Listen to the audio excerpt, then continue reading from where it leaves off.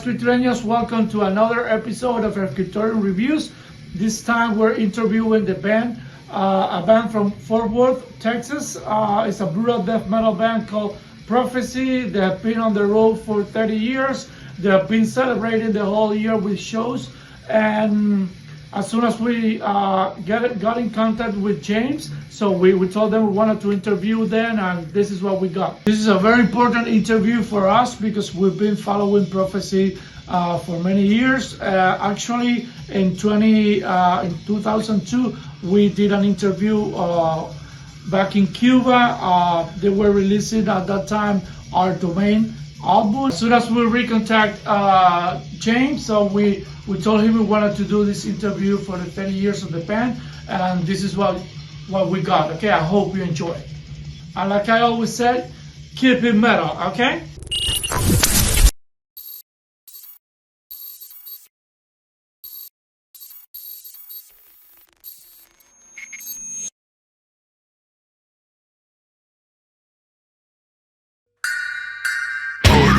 While you're buried in brimstone.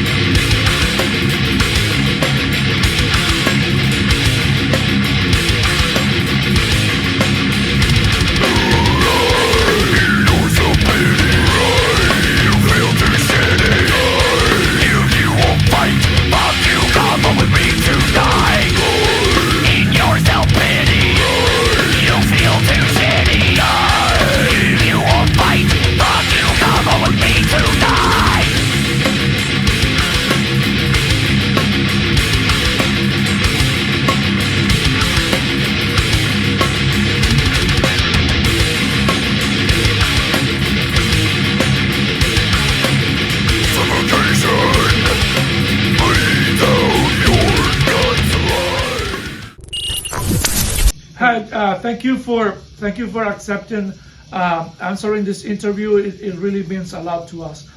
So James, we've always known Prophecy as a brutal death metal band from Texas, but you came up as a band far away from Fort Worth, actually in another state. Did this relocation as a band have anything to do with finding new members in Fort Worth? Would you mind talking about these earlier stages? So when the band started in 1991, I was living in Shreveport, Louisiana, and we were not death metal. Actually had only heard of death metal at that time. Didn't really know any of the bands in death metal. So when Prophecy started in 1991, we were a thrash speed metal band. I was one of the vocalists, and our bass player Sam King was one of the vocalists. So we were a four-piece.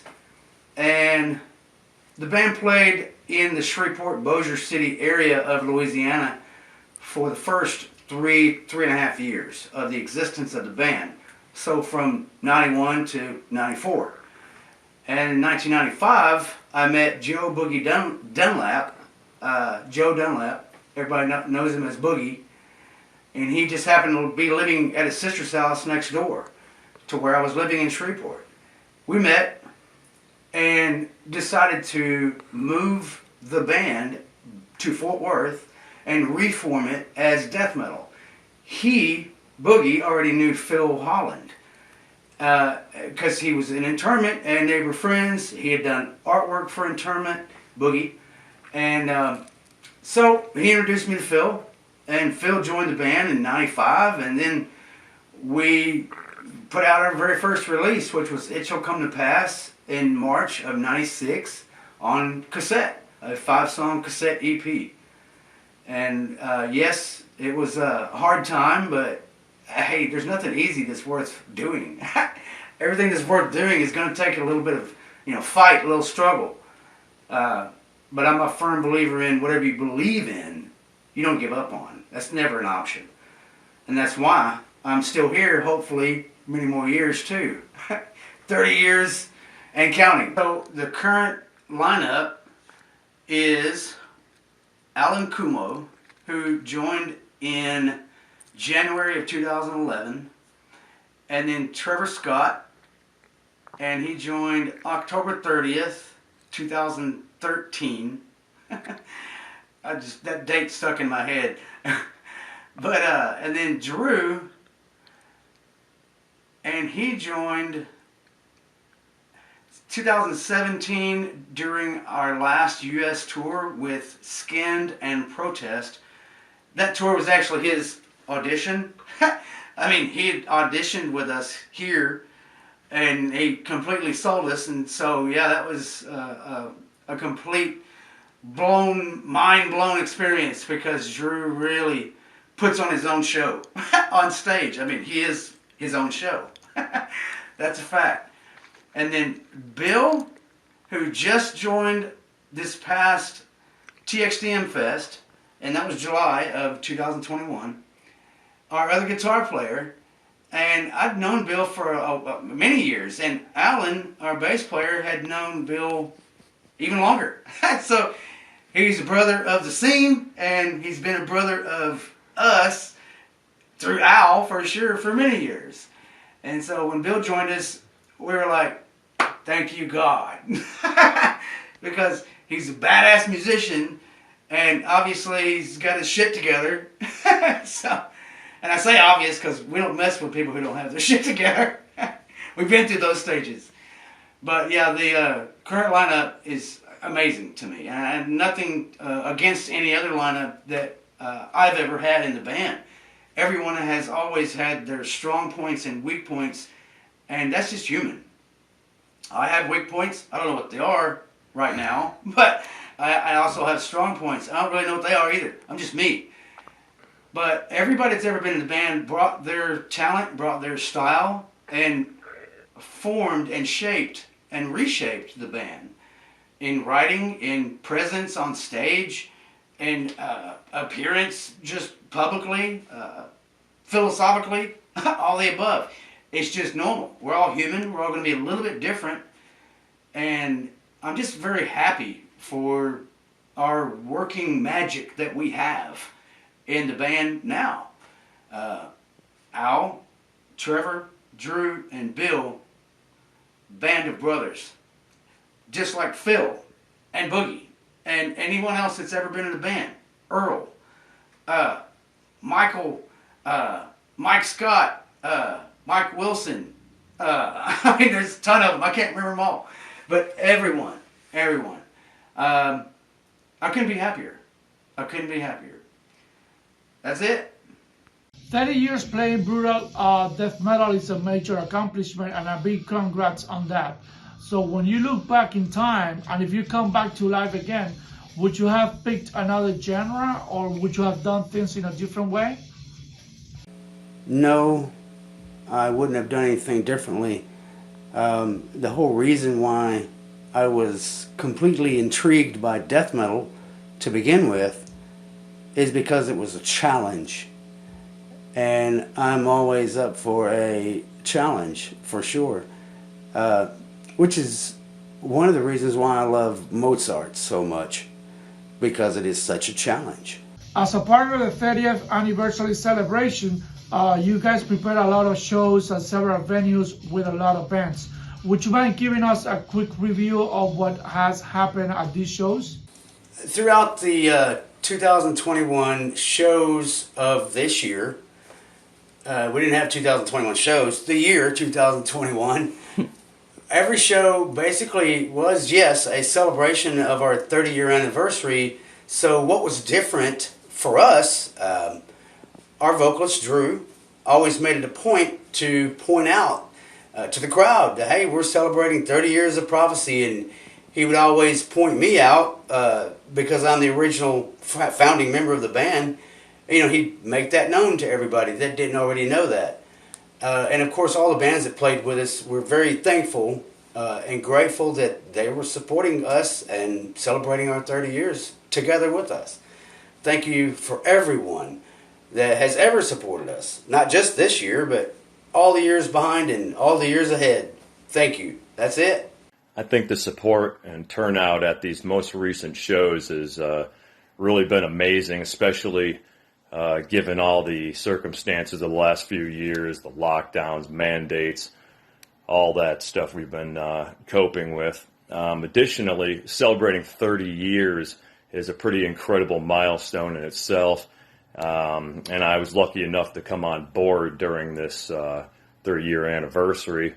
Additionally, my first show with the band being the 12th TXDM Festival, I got to be a part of that, and that was really exciting as well.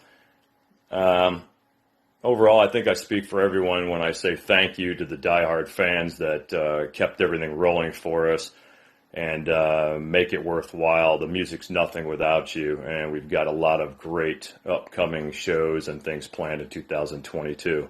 Looking forward to seeing you all there.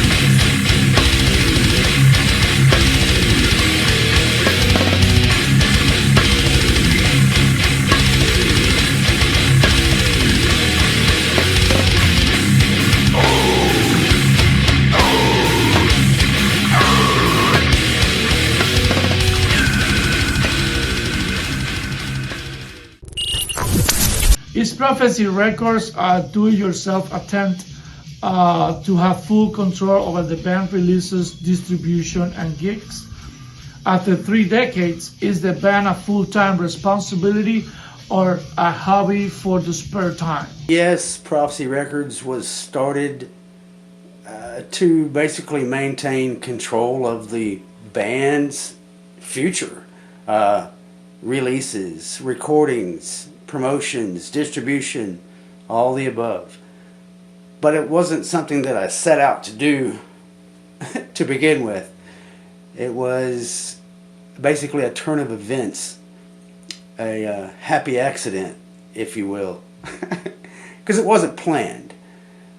But it was necessity. It was necessary, for sure. At the time, in 1996, it just made sense. I mean, of course, you know, we would love to have support of a major label, and that is to come.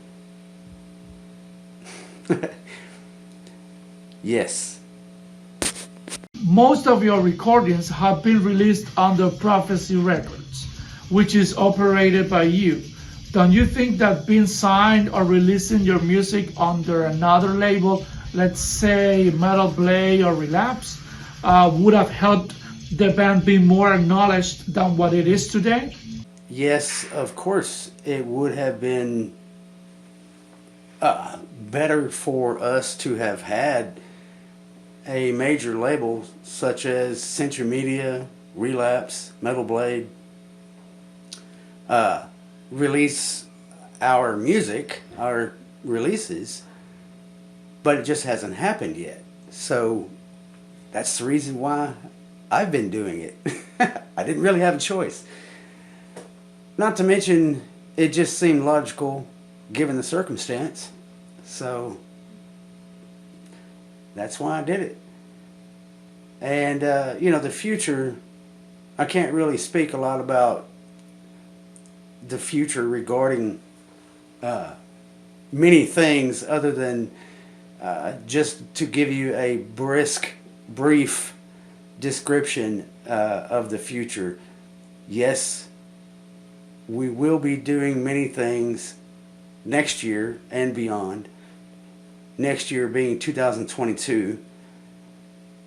And that's about all I can say. I can't say too many details. Of course, there will be tours and shows and releases. So, I mean, I can't give other details than that. But yes, to answer your question, it would have been better. But it hasn't happened yet. And the key word being yet. Hey guys, congrats on the new official video that reached within. So we have more than 15,000 views on YouTube. My question is, where do you shoot this video? What about the idea and the making? The narrative scenes in Thy Reach Within? Yeah, so the narrative scenes in Thy Reach Within were filmed in the Highlands of Scotland, where Braveheart was filmed, or at least portions of it. Paul did all that with a drone, I'm pretty sure, and he got an actress that I can't remember the name of, but it looks really badass, and it really, you know, brought the whole video together, and especially with the stuff that he ended up shooting over here in Texas with us.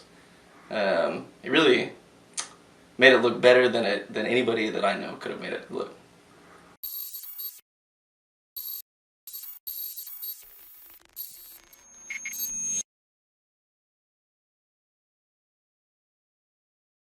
I see, I need, I crawl, I reach. I see, I need, I crawl, I reach. I see, I need, I crawl, I reach. I see, I need, I crawl, I reach. I see, I need, I crawl, I reach.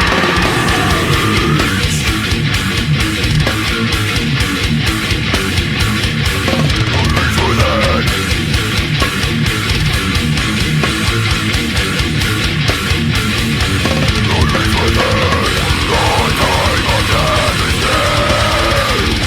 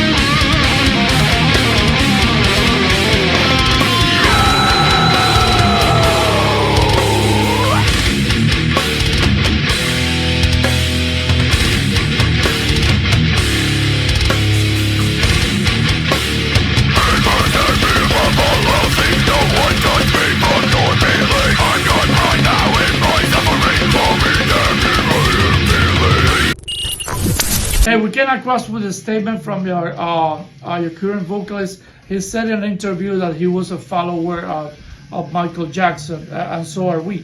So this statement shows a lot of musical flexibility, and this acknowledgement for other artists is highly appreciated, especially in the brutal death metal scene that has so close standards sometimes.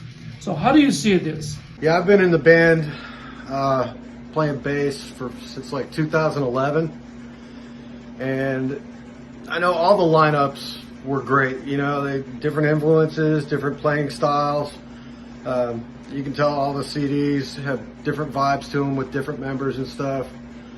I know Drew and Trevor bring in a really young energy, if you know what I mean. I grew up listening to stuff my dad exposed me to, like Chicago and Steely Dan, the Beatles.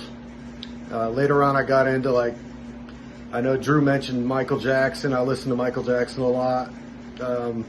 Foreigner, Fleetwood Mac, stuff like that. Pink Floyd. Then I started getting into metal, got into Iron Maiden, Metallica, Slayer. Right now I'd say my three favorite bands of all time are probably Iron Maiden, Cannibal Corpse, and Dying Fetus. I like Pantera, you know, all the good stuff. But I do like all kinds of music, you know, as long as it's good stuff. I listen to musicianship, stuff like that, Dream Theater, even like Fate's Warning. And I can't mention Slayer enough. But yeah, it's a good thing, man. It's a good thing. Metal. You've been 30 years on the road, and I guess that this gives you the experience and the knowledge about the Texan death metal scene. So how do you see the style's evolution? I mean, the death metal evolution nowadays, if you look back and you compare it to the past. The evolution is obviously inevitable, and we're happy with it. It's a combination of old school meets new school, as they say, and we love what we're doing with it. We love what we're coming up with, and of course it's trial and error. But that's with anyone. That's with everyone. You know, if you don't already know what you're doing, you make an attempt, and if you don't like it, then you try again. And so, but yeah, we are definitely happy with the evolution within the band. Thanks to Trevor, our drummer, and Drew, our vocalist, being the younger ones in the band, they have a variety of more of today's influences.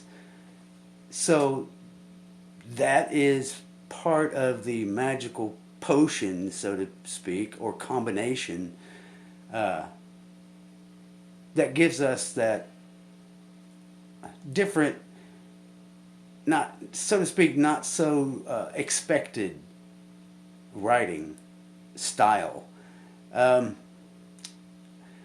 bass player, Alan Kumo, my old school brother, myself, and Bill Ingfer, you know, we're in our, well, Bill's late 40s and I'm early 50s, and Al is early 50s. So, you know, we have older influences.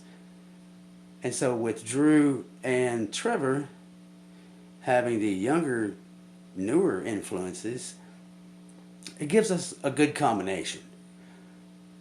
So yeah, we're happy with the evolution, for sure. And we hope and really feel like that everyone will be, that hears what we come up with. It's not just really about hearing it, it's about feeling it, because music is a feeling. And I mean, I'm not the only one that shares that opinion. It's just the way it is. Hey guys, you have been, I believe you've been living the best moments so far. And that's why I want to ask you this question. Are all the members deeply involved with Prophecy these days? Would you say that this is the best lineup ever? Yes, all of the band members of Prophecy are deeply passionate about everything regarding the band. And yes, they're 100% all about prophecy. Our drummer, Trevor, fills in with many other bands. He just wants to drum, you know, and I totally understand that. I get it. It's the passion of the music, passion of your instrument. And so he fills in with many other bands on tours, at shows, even recordings, studio. And also Bill and Al have like a side band that they jam in, you know, play shows locally and out of town, you know, out of town shows. But Drew, he's actually got a whole career going. He works in the film industry down in Austin, Texas, which, if you're not familiar with Texas, is pretty much in the center of the state. And where Dallas-Fort Worth is north of the state, or in the state. But anyways, so everybody stays busy and 100% into the band, and that's amazing to me. I feel blessed, I truly do, to have my brothers that I do in the band. And nothing against anyone that's ever been in the band in the past, not at all. I'm thankful for everyone that's ever been in the band and helped get the band to where it is today, because this has never been a one-man band, and it never will be. Just because I've been in the band since the very beginning doesn't mean that I'm, quote-unquote, the manager or leader or whatever. I'm just 100% passionate about prophecy. And that's why I'm not going to stop. And as I've said and will continue to say, I won't stop until they throw the dirt on me. Okay, so we're wrapping up. Okay, so what else do you have in mind for the next year, for 2022? What can we expect from Prophecy once the pandemic is over and the hell breaks loose? Haha. So, my name is Drew, I'm the vocalist for Prophecy, and where do we go from here, and what is next for Prophecy? Keep writing music. We've definitely got some new music heading your way, new music videos and all that, but I feel like we really just kind of stick to what we like and what we love, which is to perform and play new music. So that's kind of cool. I feel like that's what drives us. We're not going to do the same thing for too long because we don't want to get stagnant. In fact, I think all of us are already starting to feel it pretty hard now and approaching 2022 after foreseen scriptures in 2019. So definitely new music, definitely a lot more shows, definitely more videos. Thank you guys for bringing back a great song like Our Domain to this new album. So those 14 minutes, I appreciated the support from friends, crew, fans and followers at the end. So it's unique. It shows that the true nature of the band. Thank you so much for this interview, and let's finish this one with anything else that you would like to share with your followers. Also, thank you so much for doing this interview. Thank you to everyone who watches it, and thank you for everyone who buys our stuff, comes to our shows, or supports us in any way. That is awesome. That is what we love to do. We're going to keep doing it, but it feels good to be compensated for it and not played to empty crowds. So genuinely, the fans make the band, man. So thank you to all fans. Thank you for doing this interview. You know, I got that idea of a hidden thank you track from my old school brother Chris Trevellis of Internal Bleeding. They did it on one of their earlier releases, and I just thought it was really cool. It was a really cool idea. And in fact, I mean, there's been a ton of bands that re-record their music and release that song or whole entire release again. But when I first noticed it was my brother Terrence from Suffocation, because they had done it several times, you know, in their earlier releases. So I have to give credit where it's due.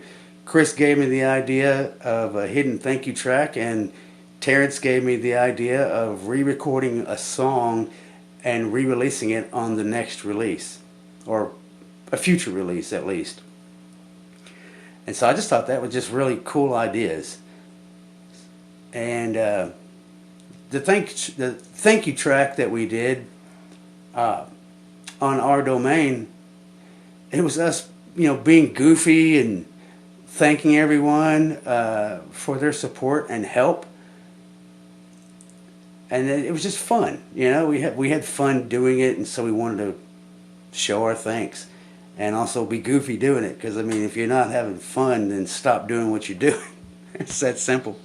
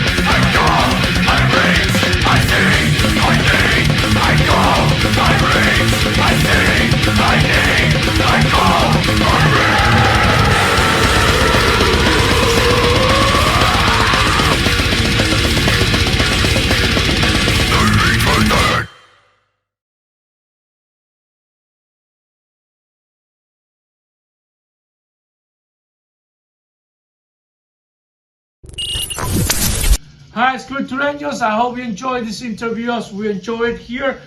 This is the last episode from 2021. Next year we have more surprises. Thanks to all the Prophecy band members. You kill it in this interview. Thank you so much for that. So and I hope that 2022 is gonna be, as you said, it's gonna be a great year for the band. And I hope I really wish the best for the band.